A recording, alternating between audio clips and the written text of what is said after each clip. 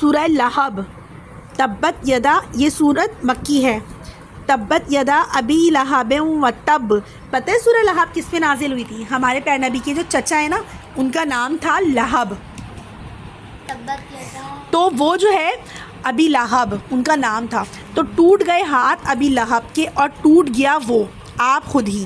ما اغنا عنہ مالہ وما کسب. پتہ ہے ہمارے پیارے نبی نے پوری دنیا کے لوگوں کو، مسلمانوں کو دعوت دی تھی دین اسلام کی، لیکن ہمارے پیارے نبی کے جو چچا تھے آخر وقت تک مسلمان نہیں ہوئے. ان کی جو بیوی تھی نا، وہ بھی آخری وقت تک ہمارے پیارے نبی نے کوشش کی. تو ہمارے پیارے نبی کو دکھ ہوتا تھا کہ میرے سگے چچا ہیں، اللہ تعالیٰ ان کو بھی تو معاف کر دے، ان کو بخش دے. تو اللہ تعالیٰ نے کہا کہ تم جو مسلمان نہیں ہوا، جو ہندو ہے، اس کے لیے دعا نہ کرو. اگر وہ مسلمان ہو جاتے، تم دعا کرتے اللہ تعالیٰ ان کو بخش دے، تو میں معاف کر دیتا. لیکن وہ تو مسلمان ہی نہیں ہو رہا، ابو لہب. تو اللہ تعالیٰ نے پھر اس کی وعید کی. وعید کسے کہتے ہیں؟ بتانا کہ تم اب دوزخی ہو، تمہیں اس کا عذاب ملے گا. ایک تو جنت کی بشارت ہوتی ہے، بشارت کا مطلب خوشخبری، لیکن وعید کسے کہتے ہیں بیٹا شفان؟ بدخبری. دوزخ کا جس میں بتایا جائے اس کو وعید بولتے ہیں، اور اگر جنت کا بتایا جائے تو کیا کہتے ہیں؟ بشارت، جسے ہم عشرہ مبشرہ بھی کہتے ہیں. آپ کو پتہ ہے نا عشرہ مبشرہ کیا ہے؟ عشرہ مبشرہ 10 ہوتے ہیں. Very good. اور اس کے وہ یہ عشرہ مبشرہ مطلب ہوتا ہے کہ جو پکا ہی جنتی ہوتے ہیں، وہ 10 صحابی جنہیں اللہ تعالیٰ نے دنیا میں ہی جنت کی بشارت دے دی. اسی طرح سے وعید بھی دی ہے کچھ لوگوں کو. کچھ لوگوں میں ابو لہب جو ہمارے پیارے نبی کا چچا ہے وہ ہے. تو کیا کہا؟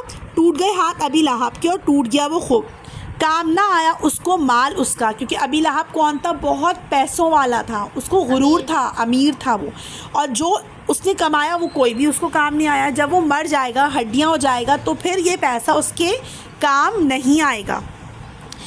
سیصلی نارن ذات لہب، آپ پیٹھے گا دیگ مارتی آگ میں. یہ دوزخ کے بارے میں اللہ تعالیٰ نے اس کا سین بتایا ہے کہ تھرکتی ہوئی آگ ہوگی، تو ابھی ابو لہب اس میں مرے گا. وامرأتہ حمالۃ الحطب، اور اس کی جورو کسے کہتے ہیں؟ بیوی کو بولتے ہیں، کیونکہ بیوی بھی کون تھی؟ ہندو تھی. سر پر لیے پھرتی ایندھن. کیوں سر پر لیے ایندھن پھرتی؟ کیونکہ وہ کھلے عام اللہ تعالیٰ کی نافرمانی کرتی تھی، جیسے ابو لہب کرتا تھا. فی جیدہا حبل من مسد، اس کی گردن میں رسی ہے مونج کی. مونج کسے کہتے ہیں بیٹا؟ سمجھ لو آگ کو بولتے ہیں. تو یہ سورہ لہب کا ترجمہ بھی ہے، یا آپ کو پتہ ہونا چاہیے قرآن پاک کا ترجمہ. ٹھیک ہے، شاباش.